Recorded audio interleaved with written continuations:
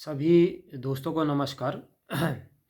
दोस्तों, इस वीडियो में बात करते हैं तुला राशि जिन लोगों की है या तुला लग्न में जिन लोगों का जन्म हुआ है उन जातकों के विषय में। क्योंकि अभी कुछ दिनों से तुला राशि वालों के कुछ मैसेज आ रहे हैं कि इसका राशिफल हम बता दें। दोस्तों, बहुत से लोग पूछते हैं कि राशि तो करोड़ों लोगों की होती है, तो क्या इसका प्रभाव पड़ता है सभी पर? देखिए, जो राशियाँ होती हैं वो भले ही एक राशि के करोड़ों लोग हों, लेकिन हमारे जो ज्योतिष शास्त्र के ऋषि थे, महर्षि थे, उन्होंने बड़ा महत्व राशियों का बताया है। और इसका सामूहिक रूप से पूरे विश्व पर, पूरे ब्रह्मांड पर असर पड़ता है। क्योंकि ज्योतिष शास्त्र के अनुसार कोई भी चीज़ सेपरेट नहीं होती है। आप अकेले इस ब्रह्मांड का हिस्सा नहीं हैं। ये सारी चीज़ें मिलके एक ब्रह्मांड को बनाती हैं, और वो ब्रह्मांड का जो ज्ञान है वो ज्योतिष शास्त्र का विषय है। इसलिए जो है, अगर सूर्य ग्रहण होता है या चंद्र ग्रहण होता है तो पूरे सृष्टि पर उसका असर पड़ता है। अब ये बात को वैज्ञानिक भी मानते हैं कि जब उन्होंने शोध भी किए, वैज्ञानिकों ने, जब सूर्य ग्रहण लगता है तो उस दौरान उन्होंने जंगल के जानवरों पर इसका रिसर्च किया और पाया कि ग्रहण के समय वहाँ जो जंगली जानवर होते हैं वो विचलित हो जाते हैं। तो मन मस्तिष्क पर पूरी सृष्टि का एक प्रभाव पड़ता है। तो जब एक राशि के करोड़ों लोग, देखिए सृष्टि में कुछ भी नहीं है, ये हमारे आपके लिए बहुत बड़ी संख्या हो सकती है, लाखों में या करोड़ों में। लेकिन इस सृष्टि में अनगिनत जीव रहते हैं, विभिन्न योनियां यहाँ रहती हैं। तो उसमें ये करोड़ों की कोई गिनती नहीं होती है, बहुत छोटी संख्या है। तो राशियों का प्रभाव होता है, लेकिन इससे भी सूक्ष्म प्रभाव जन्म कुंडली के अनुसार ग्रहों का होता है। तो तुला राशि के विषय में हम बात करते हैं। तुला राशि का स्वामी दोस्तों जो होता है वो शुक्र होता है। तुला राशि या जिनकी तुला लग्न है, अगर आपके जन्म कुंडली के प्रथम स्थान पे जो फर्स्ट खाना होता है उसमें 7 नंबर लिखा हुआ है, तो आपकी तुला लग्न होता है। और राशि तो सबको पता ही रहती है। तो इसका जो स्वामी शुक्र होता है, यानी कि शुक्र एक महत्वपूर्ण भूमिका आप लोगों के जीवन में निभाता है इस राशि के लोगों के ऊपर। इस दौरान जो शुक्र की स्थिति है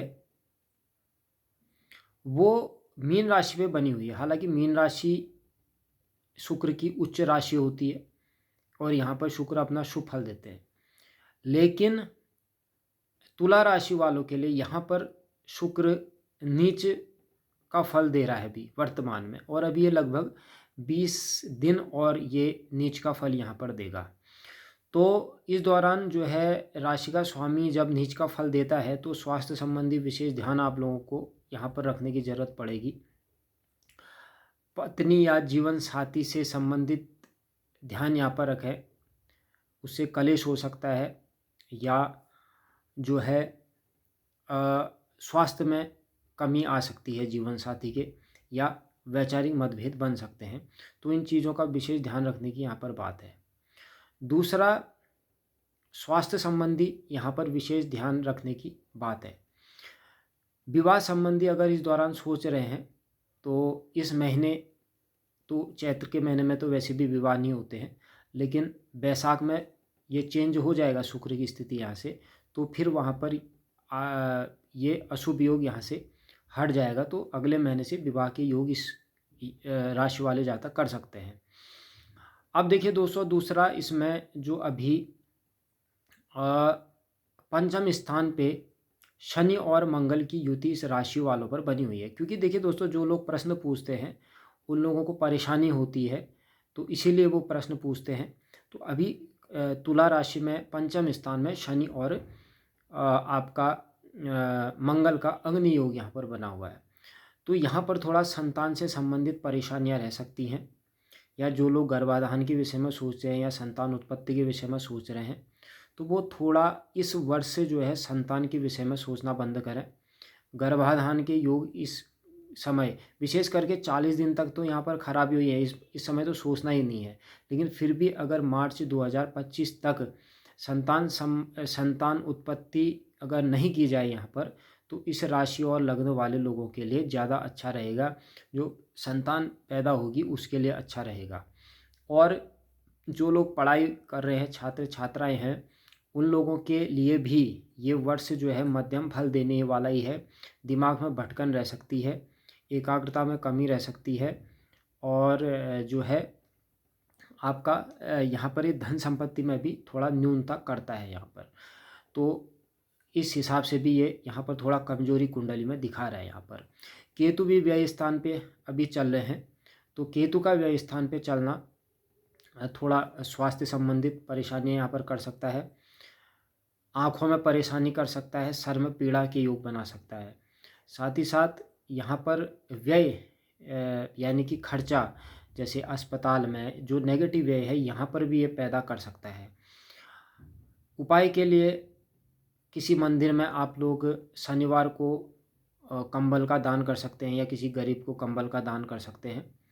काले कुत्ते को शनिवार को या बृहस्पतिवार को आप लोग घी लगा के या वैसे ही कुछ भी मक्खन बटर वगैरह लगा के रोटी खिला सकते हैं। तो ये भी एक अच्छा उपाय इसके लिए यहाँ पर माना जाएगा। अभी छठे स्थान पे तुला राशि के लिए सूर्य और राहु की स्थिति चल रही है। तो सूर्य यहाँ पर अच्छा फल देंगे, ऋण और शत्रुओं का नाश होगा, और राहु भी यहाँ पर अच्छा फल आपको दे रहा है। तो ये यहाँ पर आकस्मिक लाभ आपको दे सकता है, और शत्रुओं में विजय यहाँ पर हो सकती है। अगर आप लोगों का मुकदमा वगैरह किसी के साथ चल रहा है तो ये समय उस दृष्टि से अच्छा ये वर्ष आपके लिए माना जा सकता है। लेकिन कुल मिला के ये बात है कि ये वर्ष तुला राशि वालों के लिए या तुला लग्न वालों के लिए मध्यम फल दे रहा है। ये बहुत ज़्यादा लाभ भी आपको इस वर्ष नहीं देगा, और बहुत ज़्यादा हानि भी नहीं करेगा। लेकिन जो चीज़ें मैंने बताई उसमें सावधानी रखने की आवश्यकता है। नए वर्ष से ग्रहों की स्थिति इसमें बदल रही है, तो इसमें फलों में चेंजेज इसमें आएंगे। तो ये विशेष करके तुला राशि वालों का था। उपाय के तौर पे इस वर्ष आप माँ दुर्गा का, भगवती का पूजन करें। दुर्गा सप्तशती का पाठ और हवन अगर किसी अच्छे आचार्य ब्राह्मण से आप लोग घर में करवाते हैं तो उससे भी आपको लाभ होगा। और शुक्रवार का व्रत भी आप लोगों के लिए इस वर्ष लाभकारी रहेगा। साथ ही साथ इसमें जो है आप लोग किसी भी शुक्रवार को किसी कन्या को, या कन्या पूजन भी आप लोग करवा सकते हैं, किसी कन्या को भी आप लोग वस्त्र, दक्षिणा आदि दान कर सकते हैं, उसको भोजन करा सकते हैं देवी रूप मान करके। तो आप लोगों को इस वर्ष से इसका लाभ मिलेगा। उसके बाद स्थितियाँ इसमें बदल जाएंगी तुला राशि वालों में। तो कह सकते हैं कि इस वर्ष तुला राशि वालों का जो है वो 70% ग्रह जो है अभी थोड़ा नेगेटिव चल रहे हैं, और 30% यहाँ पर अनुकूलता दिखाई दे रही है। लेकिन ये परमानेंट नहीं होता, ये समय के साथ बदलते रहते हैं, जिसको कि हम आपको अपडेट करवाते रहेंगे इसके बारे में। ओम नमः शिवाय।